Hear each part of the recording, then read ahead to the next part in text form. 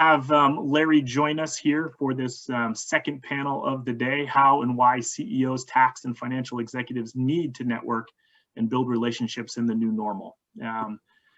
Larry is a best-selling author of the NCG Factor, a formula for building life-changing relationships from college to retirement. He is a connector, giver, and rainmaker who lives his life to help others succeed.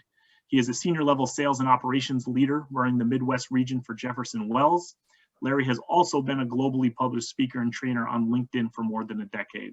Larry resides in the Chicago area and is the investor and advisor to several local technology companies and sits on the board of Holiday Heroes, a charity that brings joy and a sense of normalcy to hospitalized children. Without further delay, help me in welcoming Larry Kaufman. Thank you so much. I appreciate it. I had to bring my own applause, Bill and Jordan, so this was given to me at an event that I was at in the past because they know I love to receive some acknowledgement of who I am. So what I want to do is share my screen.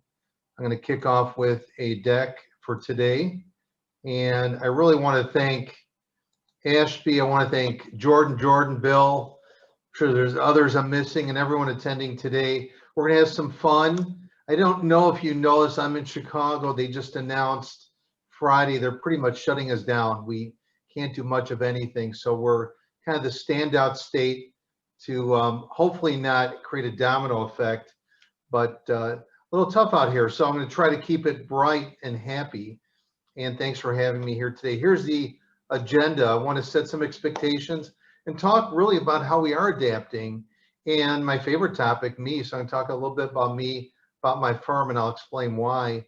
LinkedIn's a chapter in my book. So I'm going to talk about LinkedIn today, a little demo, and really talk about the NCG Factor, networking, connecting, giving, and define it a little bit more and some action items and, ask questions. I don't know if you were having them ask questions in the chat or the Q&A, but you can clarify that as well. So let's talk about how we're adapting. I'm wondering how many of you still love each other who you're at home with. Day to day with the Wi-Fi and being sucked up by those in your household. Divorce attorneys are ramping up, escalating their income this year. And my wife had asked me recently, Larry, are you going to continue to be at home in the new year? So it's kind of good. And I said, wow. I said, yeah, I'm going to be at home. And I thought after 31 years, my wife really loved me.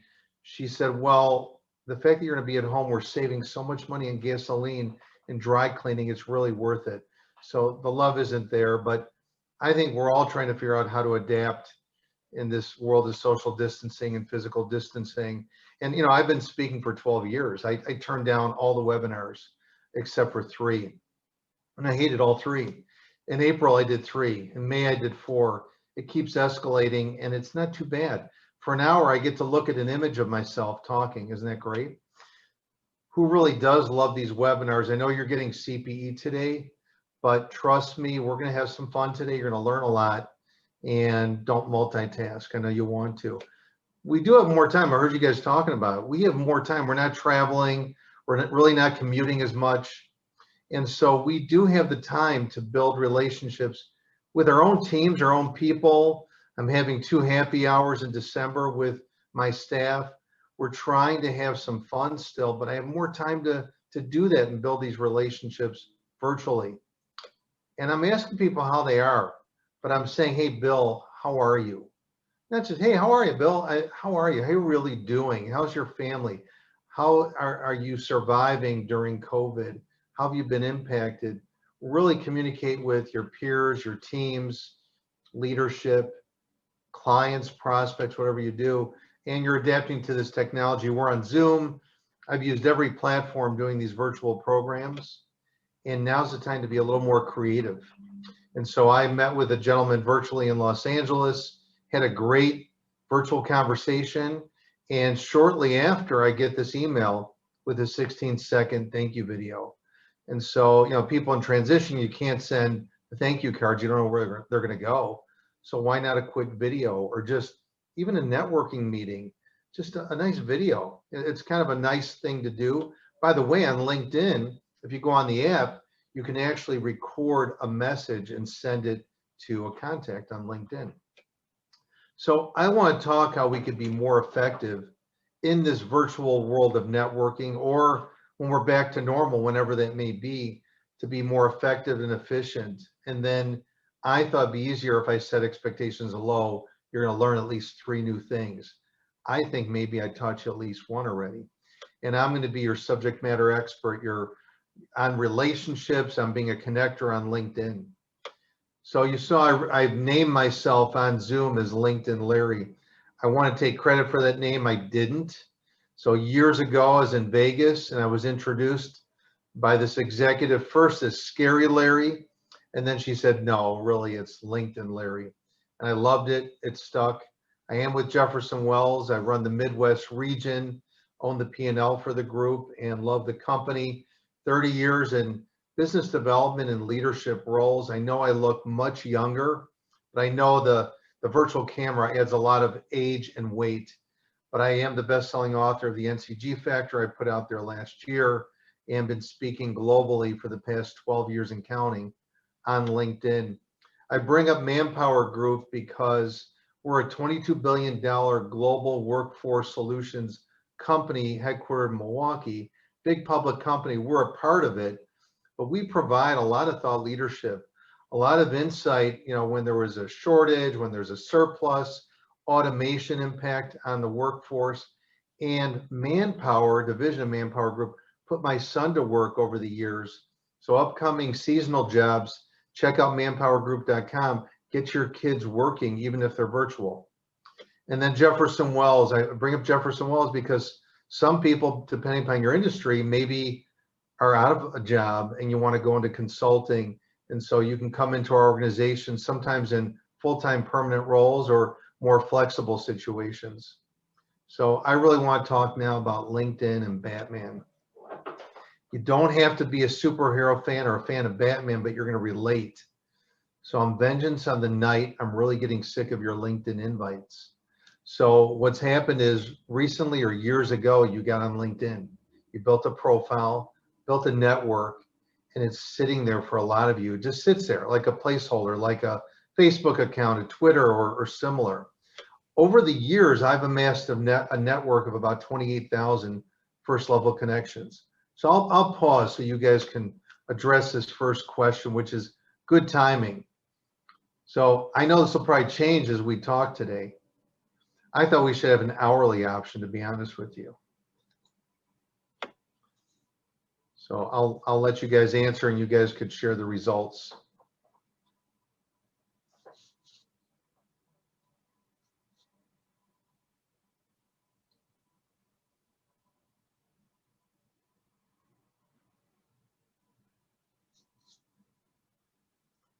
Look at that. So a lot of people are doing it more kind of like monthly, weekly, or almost in the same neck and neck race. And that's okay. It all depends upon your role, but it may change after you hear things today. So I've amassed a network of 28,000 first level, followers of over 29,000, which is great for thought leadership. This is a weird request, but I'm going to ask all of you to take out your iPhone or Droid and get to your LinkedIn app if you have it, because it will only work what I'm going to do right now. And I'm going to show you actually how to connect. I'm going to show you how to connect with me. Don't do it yet. Let me show you the process. On the left side of the screen is Reid Hoffman. Reid Hoffman is the original founder of LinkedIn. So I actually had communication with Reid early on. Thought that was pretty cool. And there were about 1,100,000 members at the time. And we had some interaction. I wanted to have him join my network and he declined. And he explained that he didn't know me. So that's okay. You can build a network, one that you want, with people you know, like, and trust as well. What I want to show you is how to connect with people on the app and personalize the invite. If you connect with someone on the LinkedIn full website, always go to their profile. If you go to Ashby Walters' profile or Bill's profile, go to their profile only. Do not connect with anyone anywhere else on the site except on their profile and add a note, customize it. So in the search window where it says Reid Hoffman here, go on your app, in the search window, type in my name, Larry Kaufman. What you'll realize today is you want to connect with people you know, like, and trust, and you want to connect with people who are connectors and givers, people like myself and others that can help get you or others to where you need to be within LinkedIn. So find LARRYKAUF as in Frank, MAN. I'm in all caps. I'm in Chicago. There's a Larry Kaufman in Chicago with Northwestern Mutual Life. Please don't connect with him. We're not the same people. And I am connected. That's another story for another web event. So once you get to me, click on the More button in yellow, and then click Personalized Invite. And type me a little message like, Larry, I've learned something already. Love your tie. I don't know if you can see the pocket square. Anything you want to say. You look really young. I didn't think you've been in business 30 years. Just connect us to this event today. That would be great. And I'm going to give you 5 seconds so we can keep it rolling and going. 5, 4, 3, 2, 1. Thanks, folks. Keep the phones open. One more quick exercise. For some of you that can actually meet with people, we can't, or getting together with friends down the street. This is kind of a cool exercise that replicates when you would, in the day when you could go to a movie theater. I know they've been impacted, but you would give them your code, they'd scan it and let you in. Same principle. So on the far left of the screen in the search window, look for the box to the far right in the search window and click it with your finger. Just tap it with your finger, and then you'll see a scan and a my code in that image in the middle. So one of you would be the scan and one would be the code. So one's scanning, one's my code. Kind of cool, kind of neat, and kind of fun to do. Try it when you can, or maybe your kids are now getting to LinkedIn and you're not connected, and you can do this with them. Now, I'm going to ask you something really difficult to do. Turn off your phones, put them away, hide them. Let's keep going. Let's talk about Kevin Bacon, the musician actor. And you may remember a game called the 6 Degrees of Separation to get to Kevin Bacon. LinkedIn really is like a 3-degree game because of my network of 28,000. It's a 2-degree game. But the power of LinkedIn is the 2nd degree. So anyone you want to know, if you want to benchmark with a CFO, CEO, tax executive in the medical device industry in the UK, and you're in Denver, and that person's 2nd degree, one or more people you are both connected to is the share point to ask for that introduction to that person. 2nd degree means you share one or more people in common. 3rd degree is kind of like in the world of sales, a cold call. There's no warm connection point.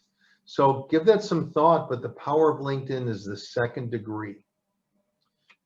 Now, this is going to be interesting to some of you. At the bottom of this slide is something you may actually have in your office, your virtual office, or if you're essential and going to your office, you may have an active Rolodex. This is for anyone who hasn't seen this. This is a Rolodex. This was the solar-powered CRM, solar-powered Salesforce of the day. This is our coveted network. And if Bill and I were networking years ago, and Bill had a Rolodex like this, if I asked him to see it, he would never allow me to see it. But now that I'm connected to Bill and Ashby and other tax CEO, financial executives around the world, I could look at their Rolodex online on the LinkedIn website. If they're connected to me, a CEO's connected to me, that I could see his or her network of connections, and he or she would be the pathway to those people I may want to know. It is powerful. But because of COVID, this is not a time just to think about yourself, it's to think about other people. And we get requests to help others. And I put a chapter on LinkedIn in my book because it's made me a better connector. It's made me a better giver, and it's made me a better trusted advisor. Thought leadership. A lot of you are very smart, intelligent, technical, probably been published, have written articles. LinkedIn's great because you can write an article and no one's going to stop you, but it's your brand. It's your personal brand if it's got misspellings, if it's not factual. So if you're at a corporation, you can get some help from marketing or a peer, but you could write an article. You could just do a post, and you don't have to be technical.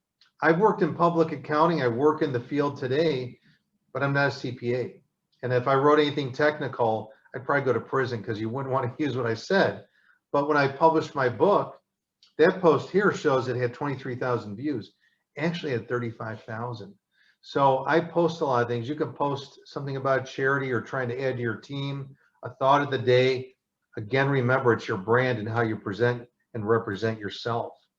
We are networking. I'm going to encourage everyone on the webinar today, some of those attorneys, CPAs, people like me, people in sales roles, we're not all bad people. And so it's good to expand your network because these folks have the pulse of what's going on out there. Connect with your peers in the same type of role you're in the US, overseas. So when you network with someone virtually, you talk about family personal stuff. You talk about business updates, and then maybe you decide you want to meet someone that that person knows and vice versa. And you talk about introductions you want to meet, introductions to certain people you want to meet. And sometimes it's really hard for people to introduce you. And the reason being, they don't know what to say about you. What do you say about me, right? I'm pretty broad-based person. So I ask if you created your own introduction. So you have homework today.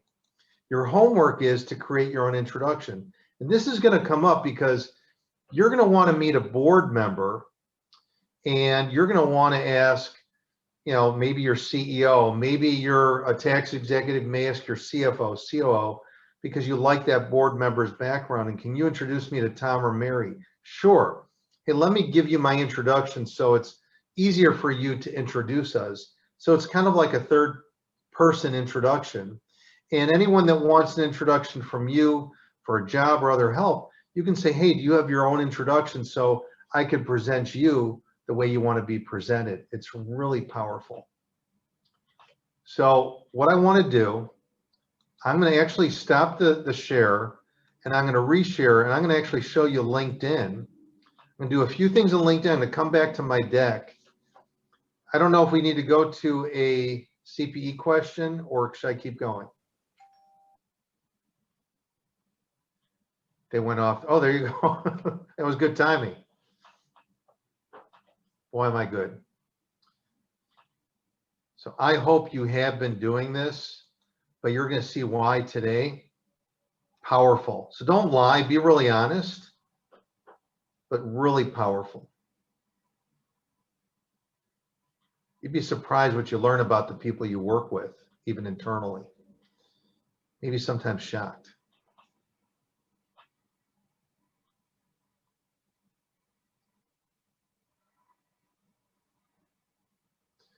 Okay, so a lot of you do prepare for internal meetings, spending time looking at people's profiles. I like that. And maybe those that don't may shift. So I'm going to show you LinkedIn, some key things I think would be helpful, and we'll roll back to my deck. So this is a website. You log on with your email address and a password. And here's the things that I look at and pay focus to on LinkedIn. And guess what? Everything I'm showing you is for free. And I'll explain why you may want to pay. In the middle section here, this is your feed. There's about 3 million people sharing content on LinkedIn. If you like or share something, you're part of that. And so here in the center, if you follow a company, if you follow Bill Gates, because he's not going to connect with you, you could follow other tax leaders, financial leaders, CEOs. This is the feed of the people in your network and those that you follow in companies. If you follow hashtags, same thing. So pay focus to that. Upper right, sometimes I looked at the LinkedIn news and I like to see who's hiring now. Who's viewed your profile is more of a paid feature. So if you want to really see historically who's checking you out, you click on that, you can see it. Is that worth paying for? Maybe, maybe not. I've had a lot of people in M&A pay for a membership because of the unlimited search capability of a Business Plus paid membership, about $50 to $60 a month. So you could do a lot of searching when you do a search. I'm going to show you today. It's just when you keep clicking on profiles, you may hit a commercial search limit as a free member, which will reset the first of the next month. but some that really are going to use this to do research may want to pay, or to send a message like an email to any one of the 700 million members.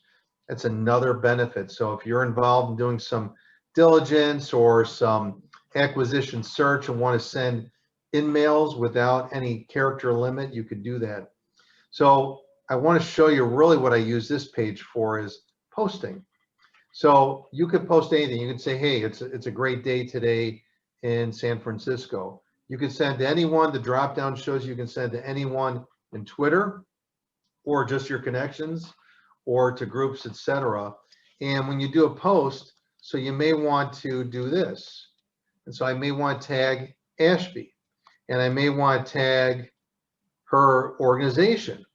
How about that? See, I'm nice, but I may want to also tag, see, I got to do equal play, right? So I may want to tag my company.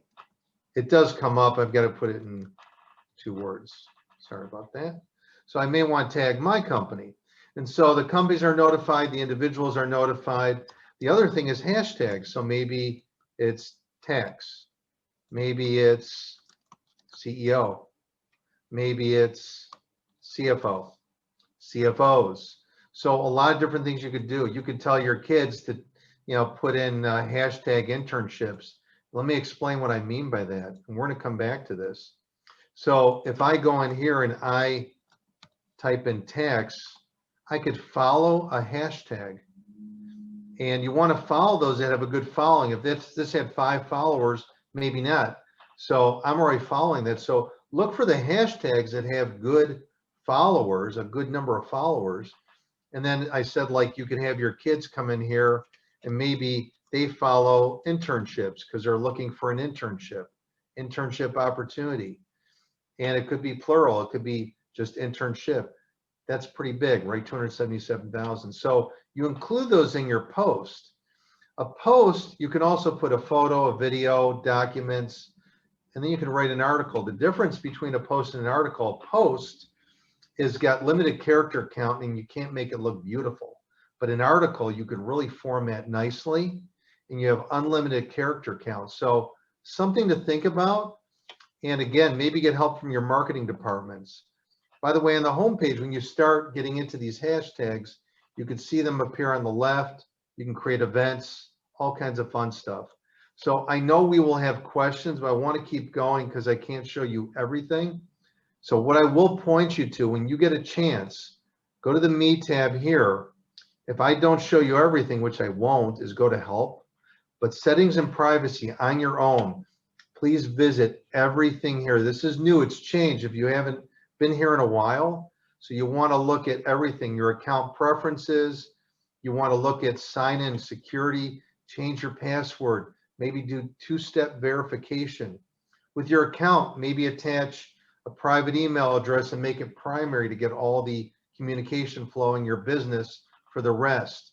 Visibility, how do you want to be seen if you're viewing someone's profile? Your profile is public. Do you want people to download your email address? Who can see your connections? These are all up to you. Check out all your settings. I don't have time to go through all of them, but I'm going to encourage you to do that on your own. Make a note. It's really important. So I'm going to go back here. I want to talk about your profile. Your profile is how you brand yourself. And here's what I'll tell you most people do is for their headline, they just put their title. How boring, right?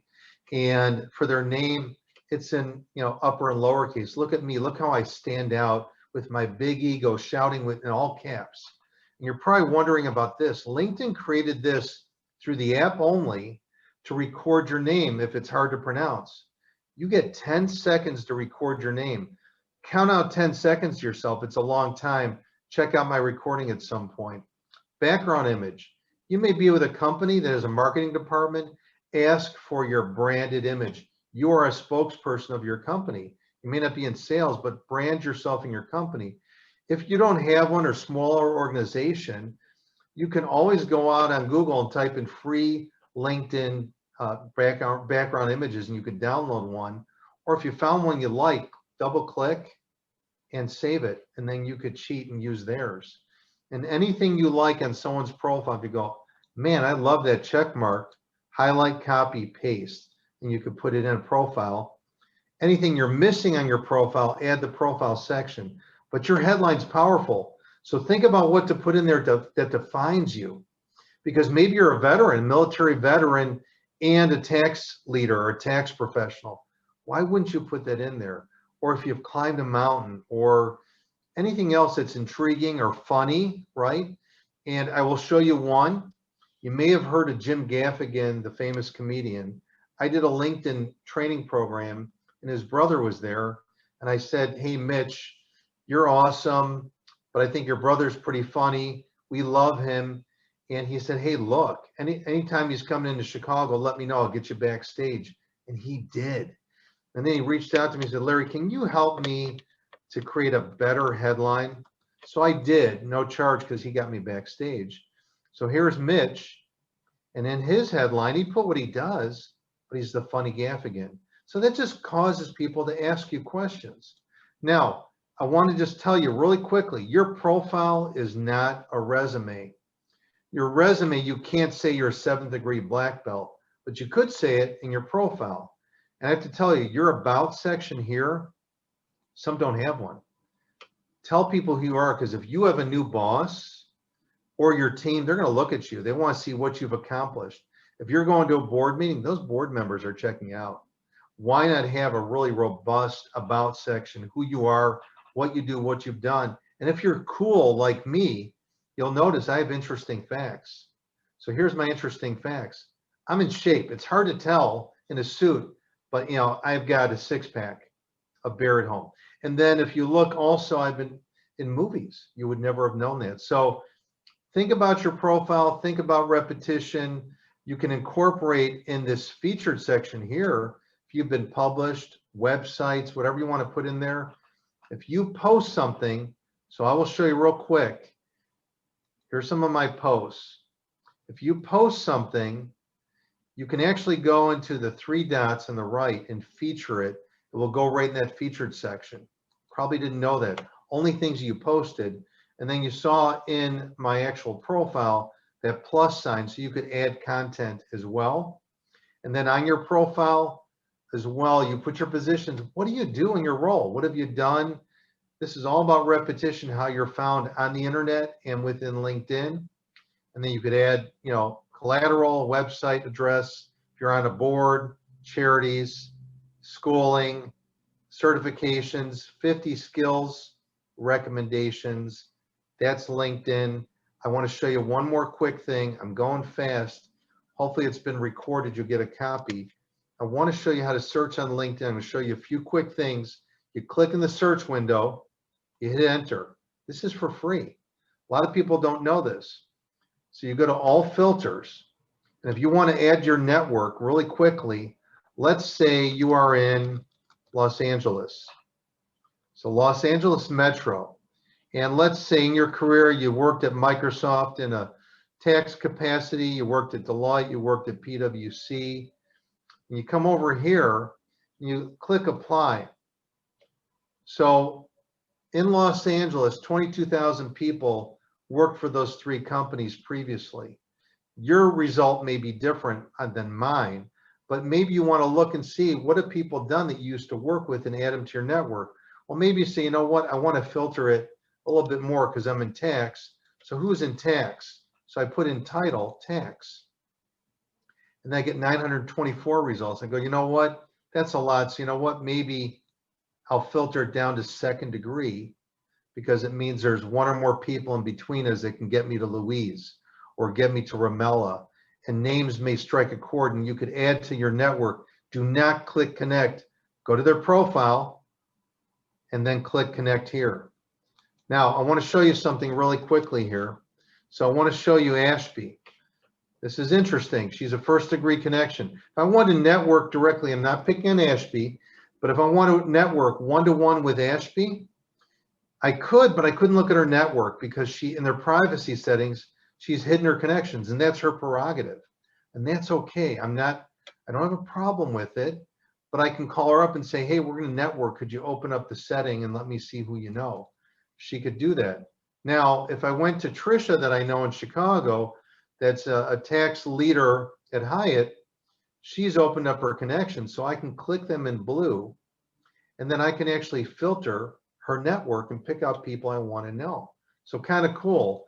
And lastly, let's say I want to look at a company and I want to get into, let's say, Abbott Laboratories. Okay, let me stop for your third question.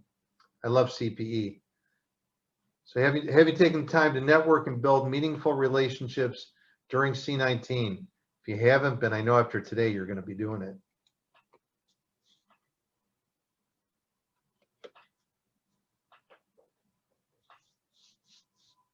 This allows me to breathe. So thanks for the break, guys. I appreciate it.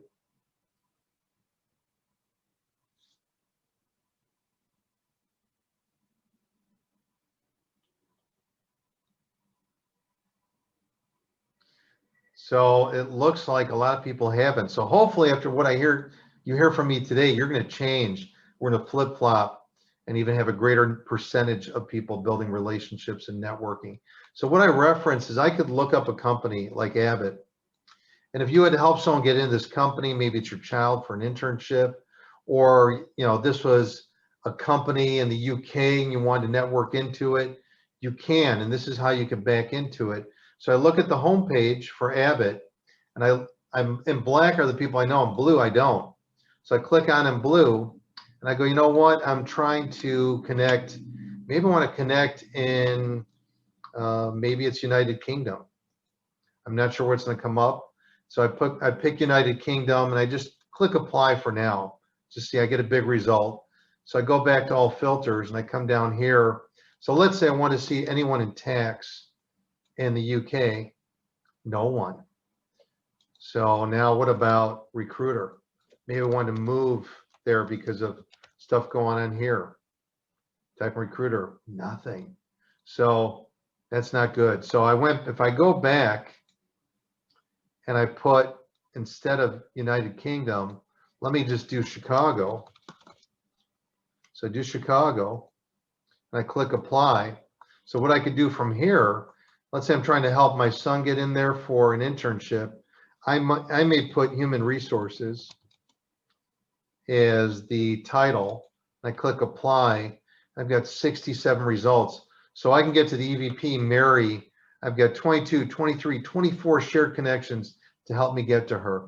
So much more to show you. I want to go back to my deck. So I appreciate it. I'm going to stop the share. I'm going to reshare. Any questions I can answer real quick? Maybe I can take one or two. Anything you want me to answer really quickly while I'm getting my deck back together? Probably not. Okay, no worries. We'll keep it rolling and going. Let's talk about legacy. So guess what? We have two types of legacies. We have one while we're living and one while we're gone, right? And I wrote a book, so that's kind of my legacy when I leave this earth. While I'm here, I want to have a great legacy. And today, you now have the opportunity to rewrite your legacy through giving and connecting. A lot of you are working a lot of hours, and maybe have thought about yourselves, or look, you're working hard, you're a great parent, you're a great spouse or significant other, great at your job. Can you do more? Can you think about other people? And I had a conversation with a gentleman in Minnesota, an executive, and talking to him and learning about him, found his daughter's in Chicago looking for an internship. Most of you would go, oh, good luck. I said, can I connect with her? She was looking for an internship in an accounting firm. I made 3 introductions within 2 weeks. She got an internship next year with Plant Moran, my old firm. Powerful. I felt great about that. I've been helping a lot of people get jobs, interviews. I'm mentoring people. What are you doing? Think about rewriting your legacy. Also think about this topic of networking and the definition of networking. Before I wrote this book, I just viewed networking as, if you go to an event, you're just getting a bunch of business cards, or even one-to-one. It was sort of a social exchange of your information. It wasn't really about helping each other and thinking about the other person. And when I think about it after my book was published, I really think about it as, giving, about building relationships, thinking about the other person. Believe me, that executive that I helped his daughter, pretty happy person. And I've got many of those stories. Do you have any of those stories? So I want you to think differently about how we network today and how you're to network tomorrow.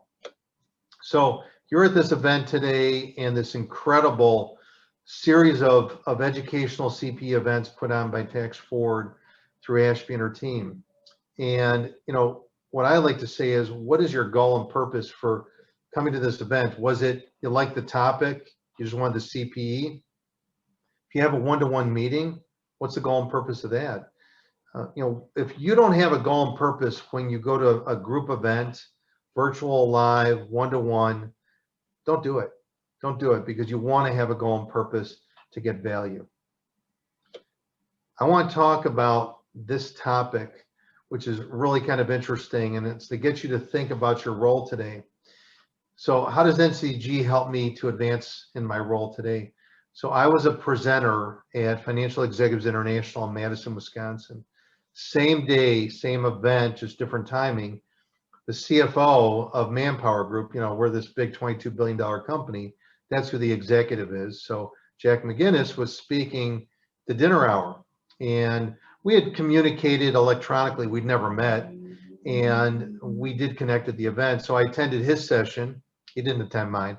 I wasn't hurt, but I went to Jack and said, hey, awesome presentation. And by the way, we both went to Loyola University of Chicago. He said, really, when did you go? And I said, Jack, we were there at the same time. He said, no way. My God, you know, you look much younger than I do. And I thought that was really cool. So he became my best friend at the company. And I asked him to get together for a lunch after that. And during lunch, I said, Jack, let me ask you a question.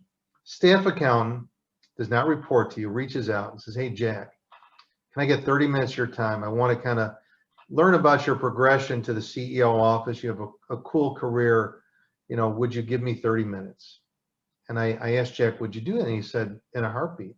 Has anyone ever done that? And he said, no. And, you know, I found that kind of interesting, and I want you to reflect within your company. So maybe you're not in leadership, you're a tax professional. You know, have you thought about reaching out to the CFO of your company, big company, smaller, CEO, other people within the company? How about your board? A lot of you, I bet, haven't built relationships with your board. We're virtual. Why wouldn't you do that? Be doing that all day. Just, you know, even if you're not meeting with people, are you connecting on LinkedIn to leadership within your company? Really powerful to start doing that, and be self-reflective as a leader. Do you allow that type of interaction? I was asked to mentor someone in one of our back office groups that does not report directly to Jack. And I actually connected this woman to Jack, and it was really powerful. It was a part of the mentorship experience. She didn't expect it. And Jack is such a great guy, and he took the meeting, and it was really good for both of them. So give that some thought. I want to talk about inner and outer circles. And, you know, sometimes this comes into play. People think like when you're in transition is the only time you need to network. And that's BS. That's wrong. Don't wait till you're out of a job to build it. Build it while you're working. And you know what? You may need it to help other people. And I'm going to share that in a moment. Why? So what does your inner circle look like? That could be your family. That could be people you went to college with, got, you know, postgraduate education, your peers, could be your boss. It doesn't matter. Who's your inner circle? People you trust. And I have to tell you, your inner circle is going to change. And people that know me, and I'm talking the Jack McGinnises of the world, and other people know me as a connector and a giver. That's why connecting with me is powerful, because I help people and I've got a vast network, and I like being that indispensable resource. I'm indispensable to my team. Are you?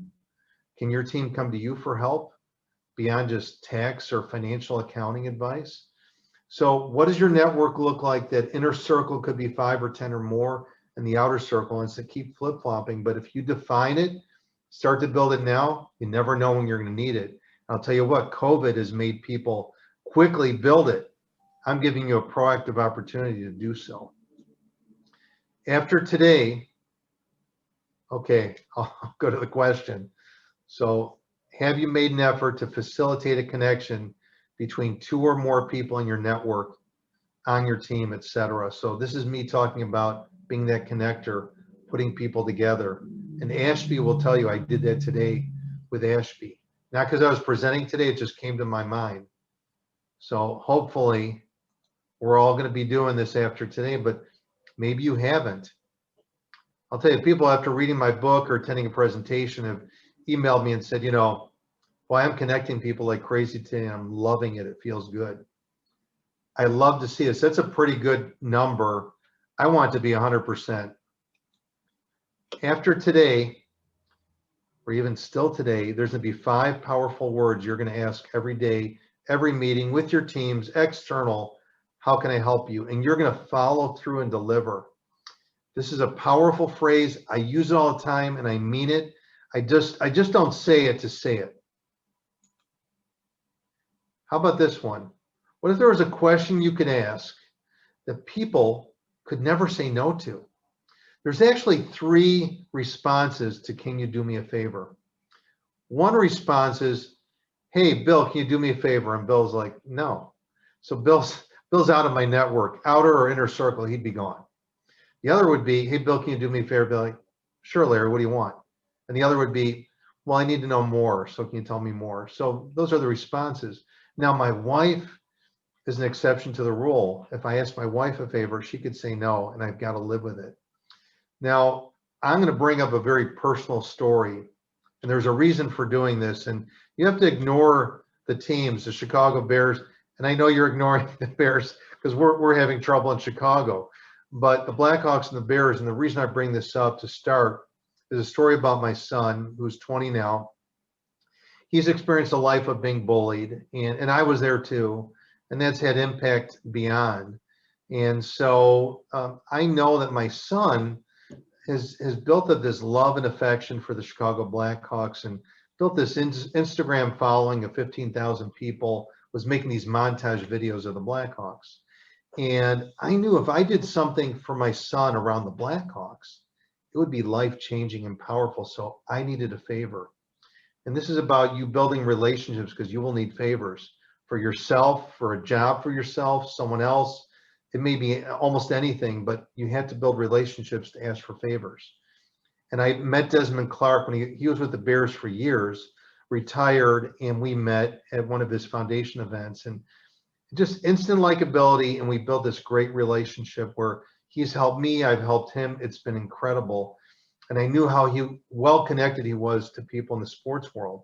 So I called him up, and on his cell, and I'm like, hey, Des, it's Larry, how are you? Hey, can you do me a favor? And he said, of course, what do you need, buddy? And I explained the story of my son in more depth than what I'm sharing today. He said, I'm on it. And within 2 days, he came back and said, Larry, you and your son are going to the NHL draft. They had a few years back in Chicago. You're going to be seated, and you're going to have a meet and greet with a past or current player. Oh my God. I told my son, I level set what's going to happen. He was ecstatic.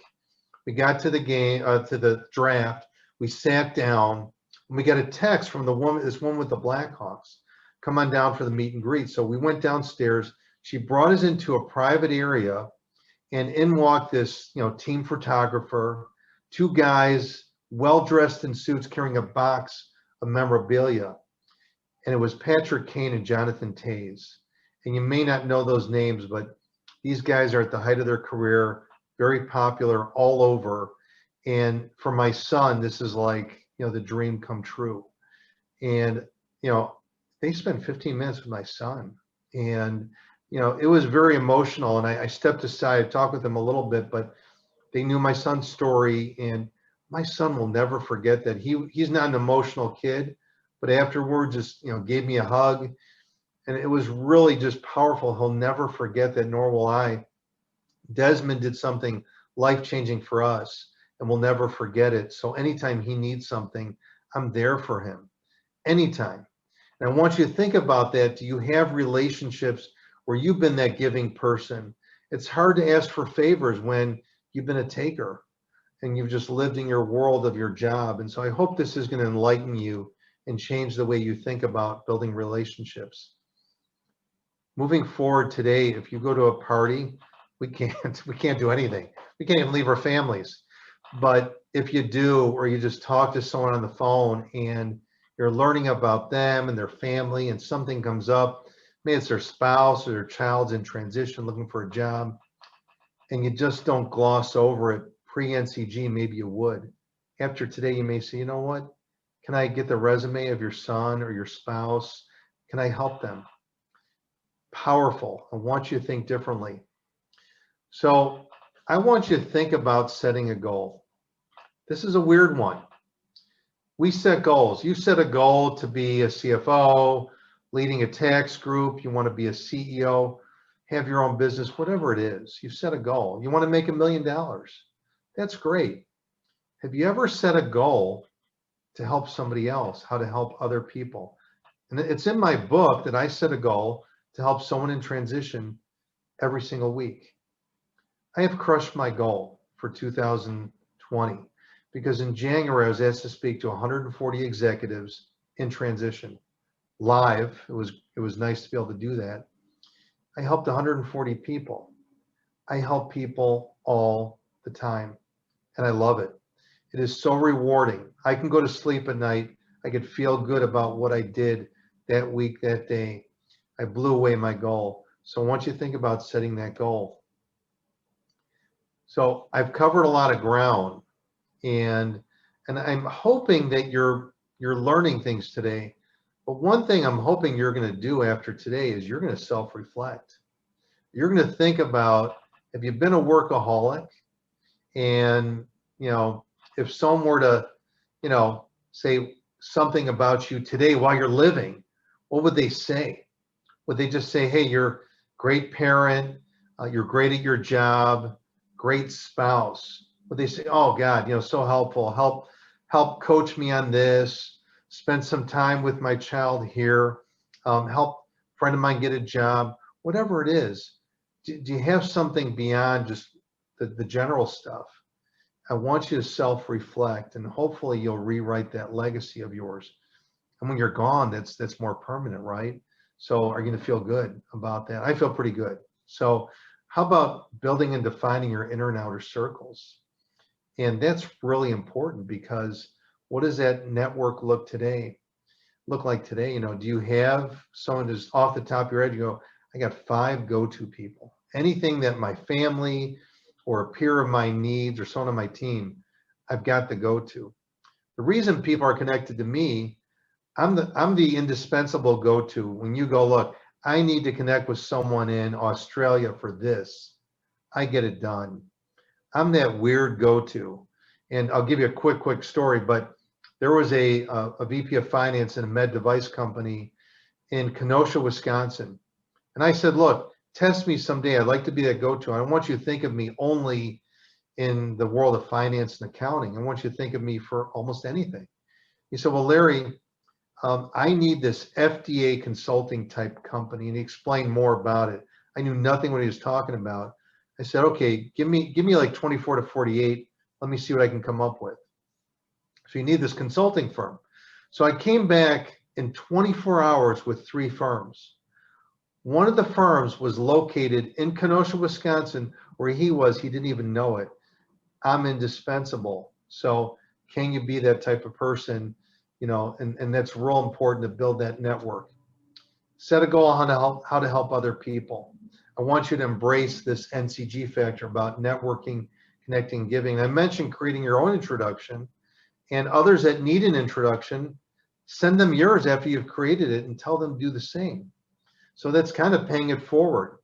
And I'd like you to be able to share the NCG factor with other people. Spread that word. So I'm going to go back. Do we have more CPE questions, and then other questions that you may want to ask from today? Did you learn 3 or more insights today? And are you feeling inspired to incorporate NCG into your job and life? Okay, I hope that we have like 100%. Lie if you can. I'm just kidding. But I hope that you've at least learned 3 things and that you're inspired from today. So I hope we have a 100% number. I can't track you down if you don't answer yes.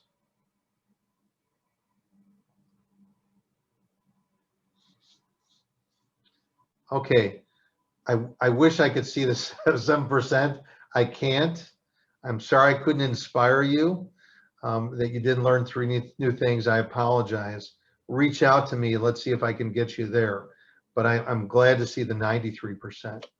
So I want to open it up to ask questions about LinkedIn, about the NCG factor, about building relationships. Bill, are you going to moderate from here and let me know if we have anyone with Yeah, no, questions? absolutely. Again, guys, if you want to, I always find it helpful if you want to raise your hand and jump in, with your video on, just to kind of interact more directly with Larry. Again, you can post on the Q&A or the chat function if you're not overly comfortable.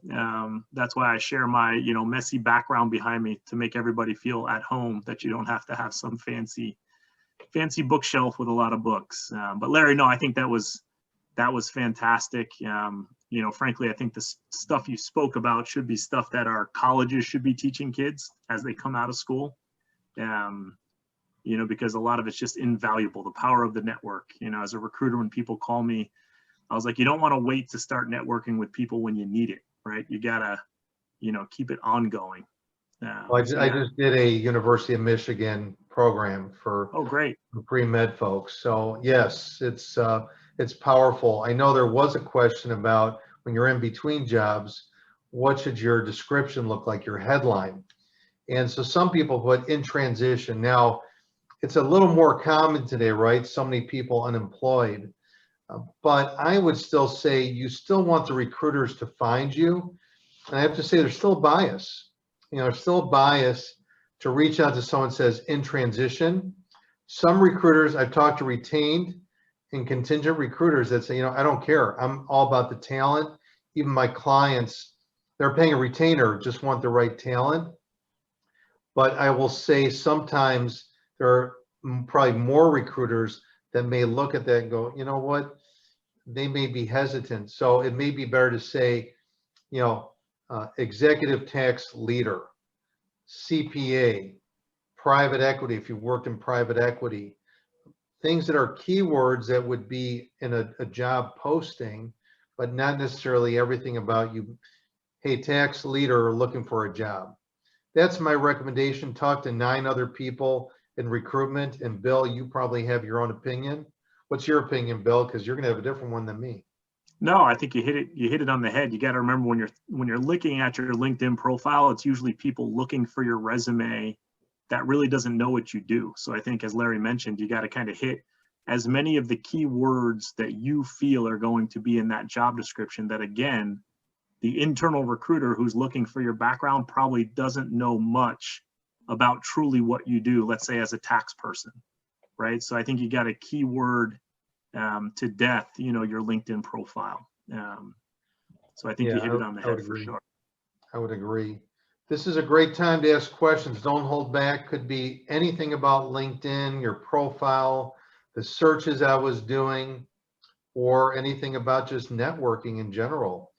And, if you haven't been a networker and haven't built the network, I did show you on LinkedIn to do the past employer search is one way to start kind of reaching out to folks, or search that, on the LinkedIn site under the network tab, you could see people that you used to work with as well, or you may not know, and people you went to school with. And again, don't click from there. Always go to their profile to add a special note. Should the LinkedIn photo be business or personal? Awesome question. I appreciate that. So Ken, here's what I would say. Have a good photo for one. So I see some of those that you can see the arm cranked up. You can see a little head under the armpit of that person because, it was with, a friend, significant other. Get someone to take a professional photo ideally. Do you want to be in a professional setting? Where do you work? What do you do today? If you're in a professional job, remember, if you interact with the board of your company, the board may be reviewing your profile. So think twice about how you're portrayed. This is not Facebook. It's not Twitter. So I encourage a professional photo. I think the folks on today's conversation makes more sense. Maybe you're in a big tech company, one of these cool tech companies, and maybe it makes more sense to have something a little more business casual. but don't have a beer, don't have a baby in your photo, right? Don't have the full family.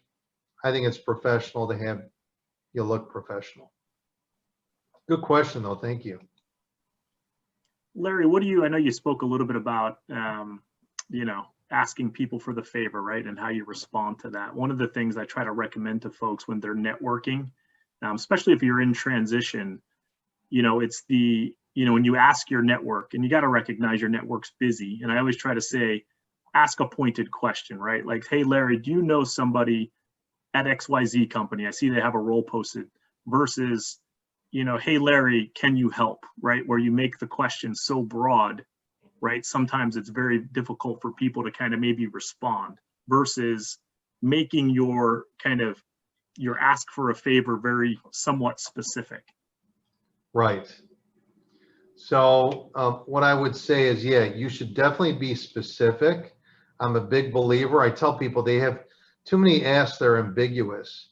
But hey, my kid's looking for an internship. Can you help? That's terrible. So what I say is, Bill, what industry, what companies does your child want to work for?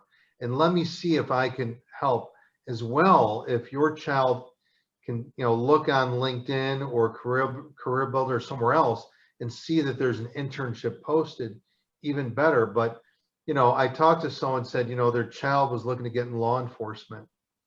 And I was like, oh, and what are they looking for? Well, they want to work at a police department in Tennessee. I said, well, have they talked to anyone just about their law enforcement career? Because it sounded like she was kind of not knowing where to go. And it's in my featured section of my profile. So I helped this young lady connect to someone who is an ex-Secret Service agent who's in my book, and 2 other folks that have touched the world of law enforcement and had connections all over the country. And boy, was it powerful for her. She learned so much, and it helped her to redirect where she wanted to go and what she wanted to do. So I think it's really, really, really helpful to be targeted, Bill. So thank you for asking that. And again, anybody who has questions, I mean, this is a tremendous topic. I mean, I think, obviously Larry has a ton of solid advice. I mean, and I have these conversations on a daily basis with people, right? The power of the network, even in the Bay Area here, I always say the tax market is 3 degrees of separation. Everybody knows each other. You can get to who you want to get to. You'd be surprised if you just start asking for help. Something I will say is, when I was going through Ashby's profile and she closed her network in the privacy settings, some people didn't realize they've done that. That's why I say look back at your settings. Some people did intentionally. Look, I don't want anyone seeing the people I know. And so, Bill, you come into my network of 28,000, you could see the 28,000. I could hide it from you. And my feeling is, if I'm letting you into my network, and many of you on today's call, I don't know if you knew this, the average LinkedIn user has 400 connections. CEOs, the average is 930. And I think all of us on the call today should have at least 500 plus, because then no one could see whether you have 420 or 30. They see 500 plus. They don't know if you have 501 or 28,000. It is your network if you want to conceal it. But if you let the people you know, like, and trust, why do you care if one could see somebody else? They can't see their contact information. They just see who you're connected to. It's still your network and what you want to do with it. It's entirely up to you. But, build a network of people that you want to have in it, but the settings are up to you. One change in LinkedIn is related to GDPR. The Global Data Privacy Regulation has impacted LinkedIn. In those settings, I told you to look and see, do you want to allow people to download your information? Do you want to let people see your email address? So you may see a 2nd degree connection, and you may not see shared connections. You may think LinkedIn's broken. It's because of GDPR and how people have reset their privacy of their information. Sometimes you will see a 2nd degree connection and you cannot see shared connections. Sometimes I could see a 1st degree connection. I click contact on their profile page and they elected not to share their contact information. So I can only send them a message on LinkedIn. So again, this is your information, it's your profile, it's your network. So I didn't know if you folks knew that. I have to tell you, this is the shyest group of people with the least amount of questions. I don't know if you're tired because you've been on all these CPE, tax, you're so busy with tax, work that you're like, oh my God, I'm just fried. I want to look at Larry for the next 10 minutes and Bill. That's fine. But, you have, experts here that could talk to you about, while you're in transition, LinkedIn for your kids, and just about, building your network of relationships. I'm really intrigued by the last polling question by the 7%. So if I do the math, if we have 38 or so, 7% of that, what's that number? That's it's a low number, right? So it's not many. So, it may be that you guys are so busy, you're like, I don't want to network, or you're on the path to retirement, right? You're like, look, I'm done. Guess what? My book is, the NCG Factor. It's about building relationships from college to retirement. The retirement piece was when I was speaking at an event, an FEI event with about 120 financial executives. And a woman was there first. And I said, hi, introduced myself. So where are you a CFO at? And she said, I'm not, I'm retired. I said, what are you doing here? She said, because while I'm retired, I want to know how I can help other people and make connections. And I was doing a program on LinkedIn exclusively. And she said, I thought I could use LinkedIn to be a better, connector. And so I actually expanded my title to cover retirement because of that woman. I wish I knew who she was. I can't give her credit. So anyway. Yeah, no, this is a huge topic. I mean, people jump in, right? I mean, anybody, it's, what Larry's speaking about, it's invaluable, right? How can I help? I mean, as a recruiter, I lend myself to my clients, right? And that's both the candidates and the hiring managers. And if I can help, I'll be there to help, right? I had a candidate the other day ping me, hey, Bill, I've got a job interview, final round, something I'm really interested in. It's not my client, but she wanted to help the prep. I'm more than willing to invest that time. Because as Larry said, you help somebody, it's invaluable for that person. You've built a bond, for the next 10, 15, 20 years, right? In my industry as recruiters, we get so short-sighted, right? If it's not money producing, we tend not to want to help, right? And that's just, too short-sighted. So yeah, jump in, guys, if you have questions. Brian, I see you're there, in a cold, frigid igloo. I want to go escape to an igloo right now, just to be away from everything. Sherry put a couple questions into the Q&A. So the first one was, what should LinkedIn description look like when you are in between jobs? So we got that one covered, but the other one, what's a LinkedIn approach when changing industries or moving to another career? So what I will tell you, I'm gonna in the new year, I'm planning on doing a program about moving from corporate to consulting, because that's a progression people are seeing, right? That they saw their industry become, non-existent, non-essential, layoffs, furloughs. And so some are rethinking their career or their industry. And your LinkedIn profile can help you to talk about that evolution. Hey, I've been in corporate for 25 years and I've decided to start up a fractional, tax or accounting business based upon my relationship base and my expertise over the years. And so LinkedIn in that about section is a great way to rebrand yourself. The headline section, you can also use keywords to highlight that as well. So really powerful. The other thing I would tell you, and I didn't get a chance to talk about this meeting prep. I know that you guys answered, a good percentage said they do look at people's profiles. When I'm meeting with anyone, now when I met with Jack McGinnis, he was, first degree to me, but I looked at our shared connections. If he was second degree, I would have looked at shared connections. I looked at where he worked. I looked at things in his profile that were notable that would allow us to have conversations.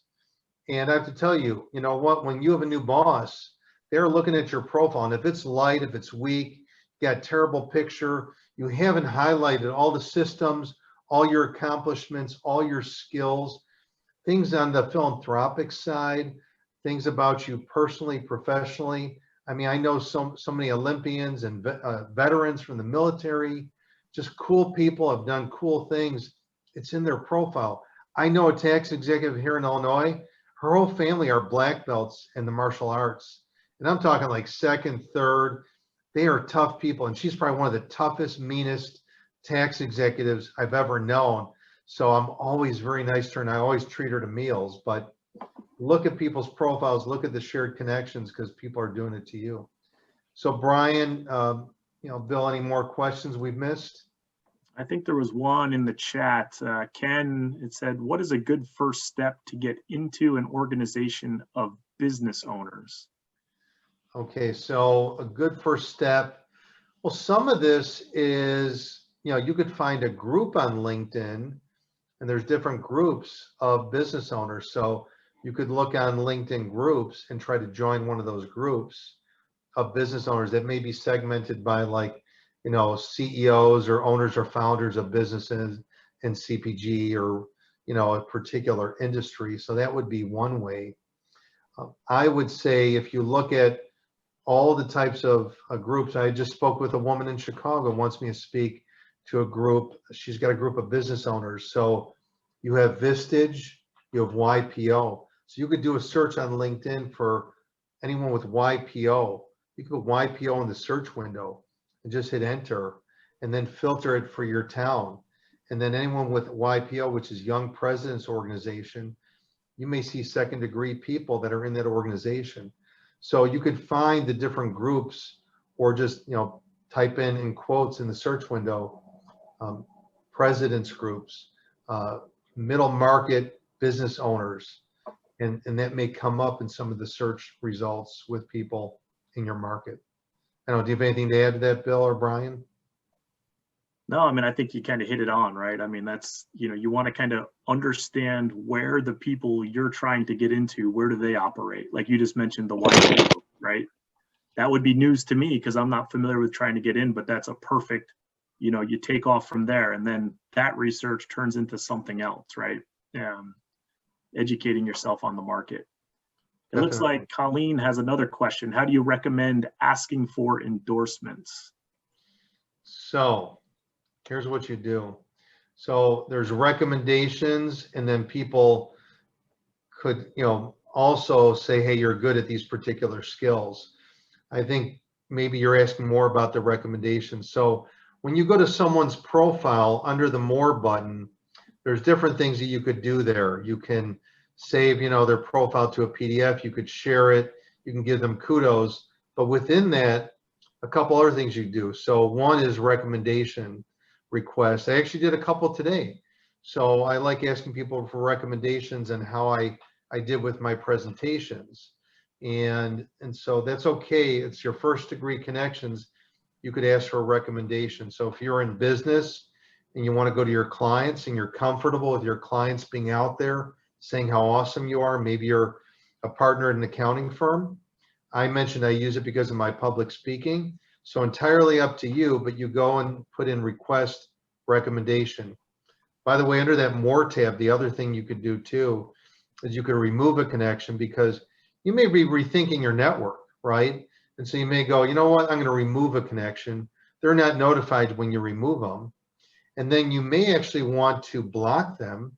I call that the ex-boyfriend, girlfriend, significant other, ex-business partner feature on LinkedIn, to block them, because it looks like you've left the face of the earth. You can't find each other anymore. You're all gone. And then you can also report someone. So maybe you had someone on the team and they're fraudulent, and they're still listing that they work for your organization and your tax group. You could report them. So all types of things out there that you could do. So click that More tab. That's where you can request a recommendation, and hopefully that addresses that particular question. So this is a pretty shy group. Here we go. We got another Q&A. Oh, that was just Colleen saying thank you. Well, here, I'm going to quiz everybody. What are the 5 words? And you have to use the use the chat function for this, or the 5 words that you're going to use every single day from this day forward. I know the 7% aren't going to answer, but the others will. I'm testing you. Type it in the chat. I want to see this interactive. What are those 5 powerful words that you're going to use from there you go, Ken. Ken got it. Awesome. Well, it's interesting, Larry, you mentioned the 5 words. One of the TV shows I enjoy that hasn't come back yet is New Amsterdam. It's based in a hospital in New York City, and the lead medical director basically is just always saying, how can I help? And it's one of those things that even as you watch something like that, you start to reflect on, do I position myself in that same way, right? Someone comes to him with a problem and it's like, how can I help? And you realize we're so hurried and so busied, we typically don't want to deal with it. So I think it's a great, topic to really focus on and reflect on, on a scale of 1 to 10, how effective am I on, in putting myself out there? Well, and I think people are really, they say, how can I help you? And they don't really follow through. It doesn't come across as genuine. And if you really let people look, I really want to know how I can help you.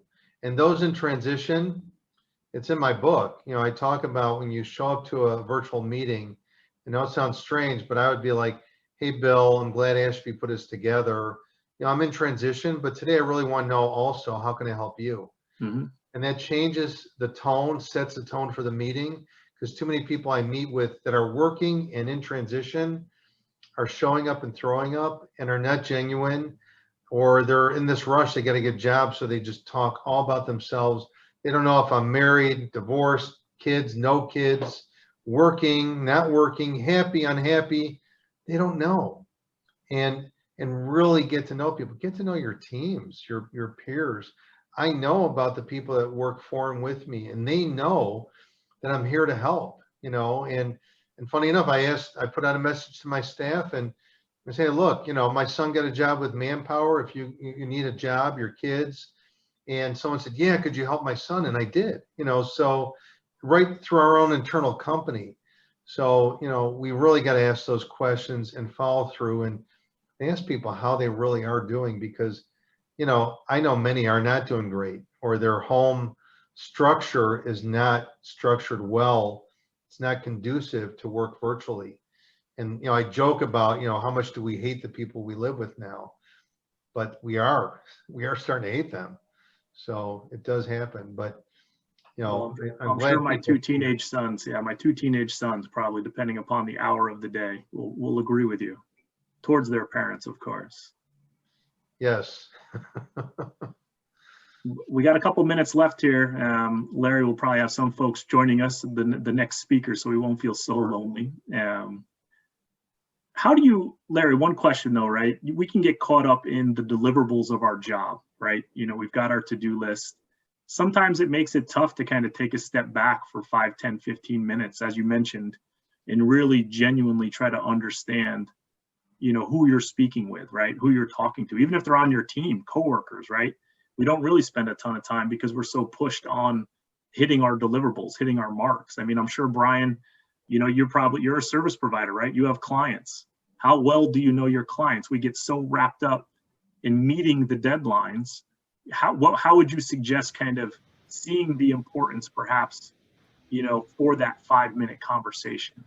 And Larry, is 5 minutes enough? Because sometimes I think when people hear these topics, they think, well, I have to engage in a 30-minute conversation with somebody, right? Where it really could just be 5 quality minutes. Well, okay, so I think 5 is way too short. All right. 15 minutes to me is tight. I like 30 or more, but I realize people are busy. You could start with 15 and go, let's just get to know each other and let's schedule more time from there. Make the time. I know a lot of people are calling you sales caller, people calling about selling you something. Those recruiters like, Bill, but you know what? We're connected. We're into building relationships. And it's funny, when I was in sales, like, people wouldn't want to see me, but when they're in transition, and I've done a lot of CFO, tax executive, CEO transition groups, then I'm their best friend. Larry, buddy, I've got so much time on my hands now. I'm not working, and I know I was so busy before, but man, I could meet you now. And you know, I'll even treat for the meal or coffee. Bad. Meet now, because you may need that favor like my son needed that favor. Yeah. And if you're not building relationships, not taking the time, you're hurting yourself and other people. Absolutely. Well, thanks, Larry. I know we're kind of running into the next session, No but problem. if anybody Thank has you all. any follow-up questions for Larry, you know, hit our Q&A, hit our chat. I'm sure he'd be more than happy to connect with you on LinkedIn and kind of further the conversation. So, you know, definitely thanks for the time, Larry. Really appreciate it.